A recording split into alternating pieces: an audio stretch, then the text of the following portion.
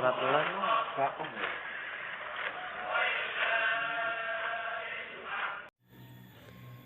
Ingin tahu kelanjutannya? Sebelum menyaksikan, mari kita simak baik-baik video berikut ini. Jangan lupa mendengarkan dengan headset ya.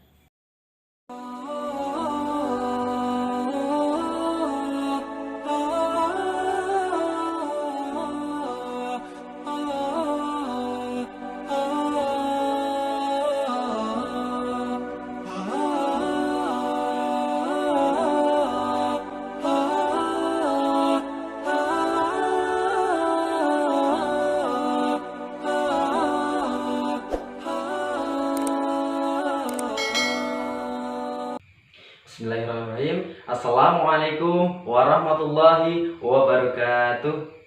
Berjumpa lagi dengan Pak Kin. Apa kabar semuanya anak-anak hari ini?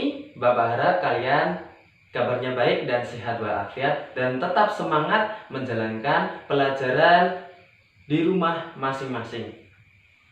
Jikalau kemarin itu kita sudah mempelajari materi tentang fikih, kali ini Pak Kin akan menyediakan materi pembelajaran dan video pembelajaran mengenai sejarah kebudayaan Islam yang berbicara tentang Fathu Mekah atau penaklukan atau pembebasan kota Mekah.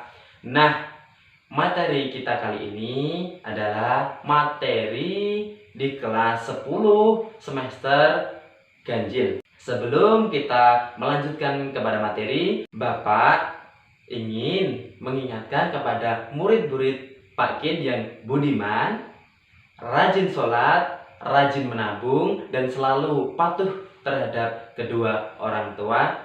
Jangan lupa absen via WhatsApp grup ya.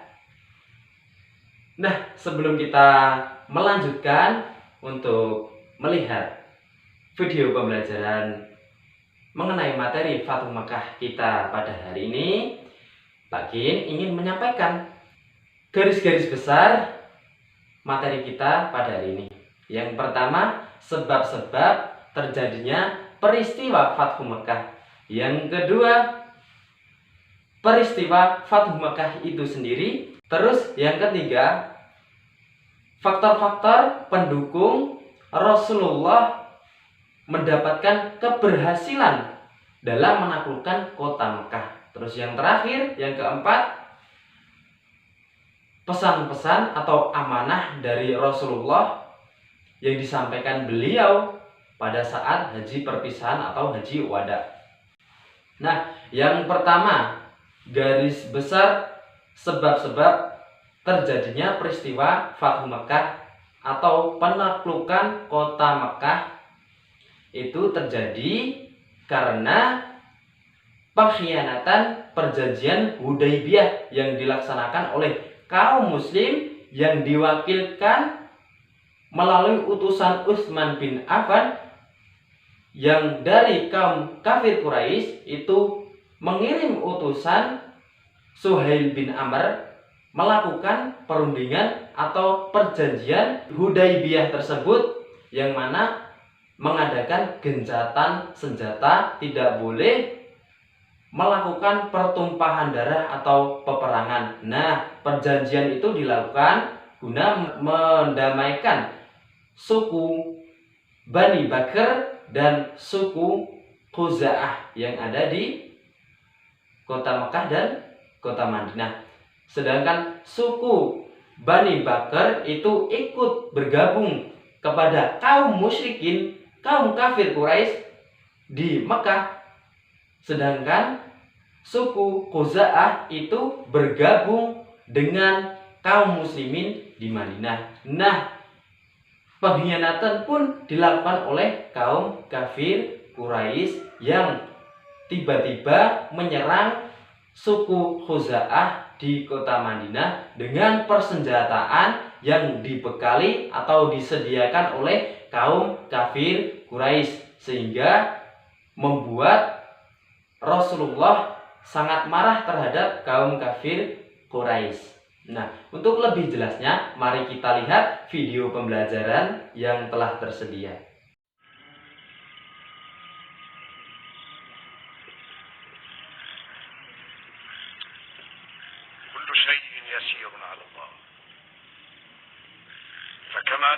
يخرج الحياة من الموت فهو قادر أن يجعل الهزيمة نصرا. منذ عامين كنا نتوهم صلح الحديبية هزيمة لنا، أما الآن فتأملوا كيف ننتقل من نصر إلى نصر في قلوب الناس.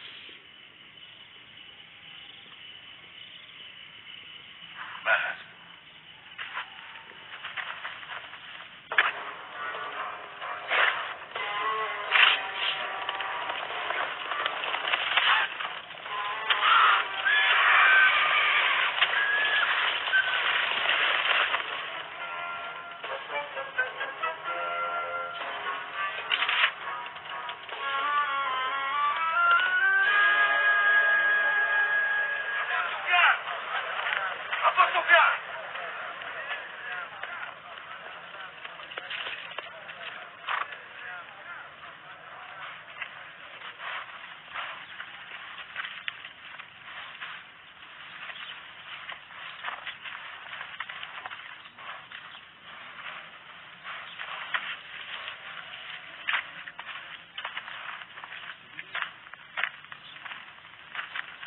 أين محمد يكلمه؟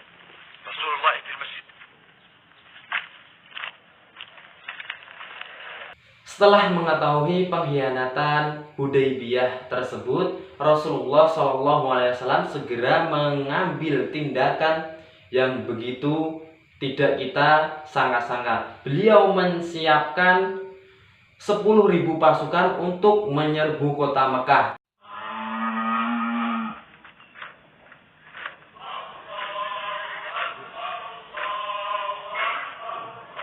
Nah, rencana Rasulullah SAW ini hampir bocor dikarenakan kekhawatiran Hatib bin Abi Balta'ah terhadap keluarganya, yang mana Hatib tersebut mengirimkan surat rencana dari Rasulullah tersebut ke keluarganya. Nah, sebelum sampai ke keluarganya, Rasulullah diberi wahyu oleh Allah bahwa surat tersebut dititipkan atau dikirimkan melalui perempuan yang akan memasuki kota Mekah.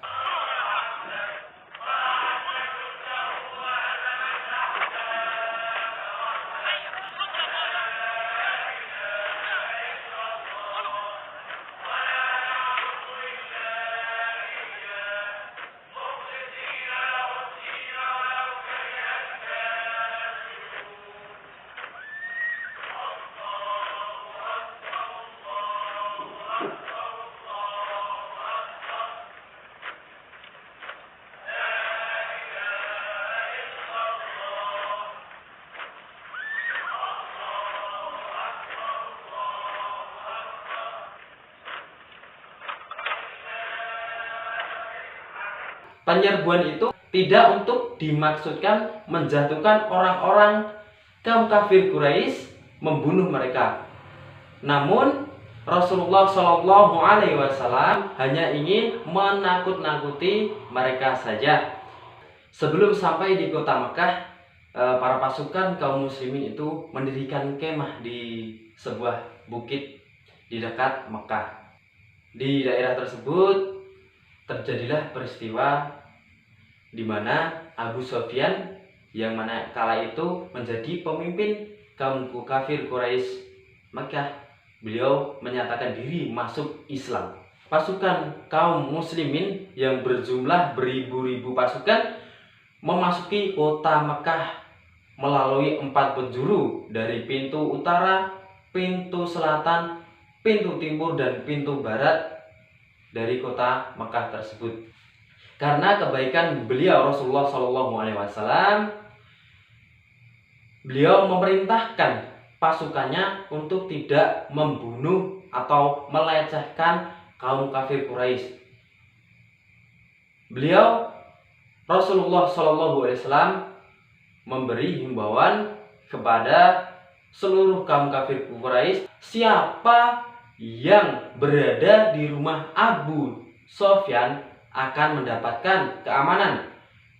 Terus yang kedua, siapa yang berada di lingkup lingkaran Ka'bah, dia akan mendapatkan keamanan juga. Terus siapa yang berada di dalam rumah dan pintunya ditutup, dia juga akan mendapat keamanan. Dan yang terakhir, siapa yang berada di masjid, dia akan mendapat keselamatan. Pada saat itu, kemudian Rasulullah mengambil satu tindakan. Beliau masuk ke dalam Ka'bah, menjatuhkan serta menghancurkan patung-patung sesembahan kaum kafir Quraisy yang berjumlah 360 buah.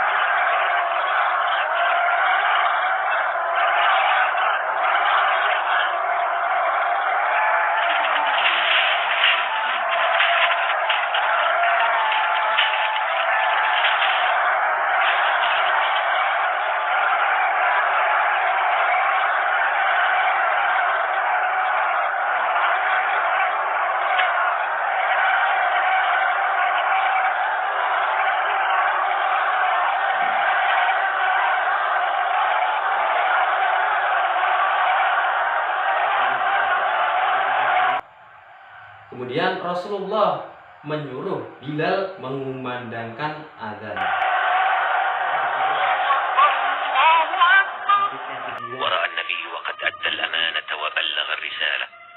Setelah peristiwa penaklukan kota Mekah, beliau mengajak kaum muslimin untuk melaksanakan haji bersama beliau yang kita kenal sebagai haji perpisahan atau haji wada. Beliau bersabda yang intinya, belum tentu aku tahun depan masih bisa membersamai kalian.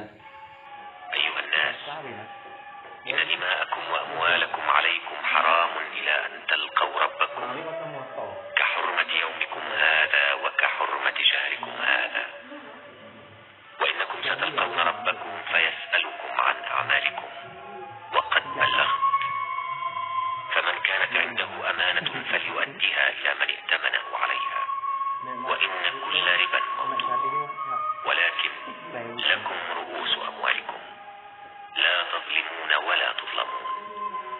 اعقلوا أيها الناس قولي فإني قد بلغت وقد تركت فيكم ما إن اعتصمتم به فلن تضلوا أبدا كتاب الله وسنة رسوله. أيها الناس اسمعوا قولي وعقلوا تعلموا أن كل مسلم أخو المسلم وأن المسلمين إخوة فلا يحل لامرئ من أخيه إلا ما أعطاه عن طيب نفس منه فلا تظلمن أنفسكم. اللهم هل بلغت؟ بعد أن صلى النبي الظهر والعصر بالناس تلا عليهم آخر ما نزل من آيات القرآن اليوم أكملت لكم دينكم وأتممت عليكم نعمتي ورضيت لكم الإسلام دينا. وبكى أبو بكر. Tibalah pada tahun kesedihan yang mana Rasulullah Shallallahu Alaihi Wasallam wafat di umur ke-63 tahun pada tanggal 12 Rabiul Awal tahun ke-11 Hijriah, yang membuat seluruh umat muslim sangat bersedih.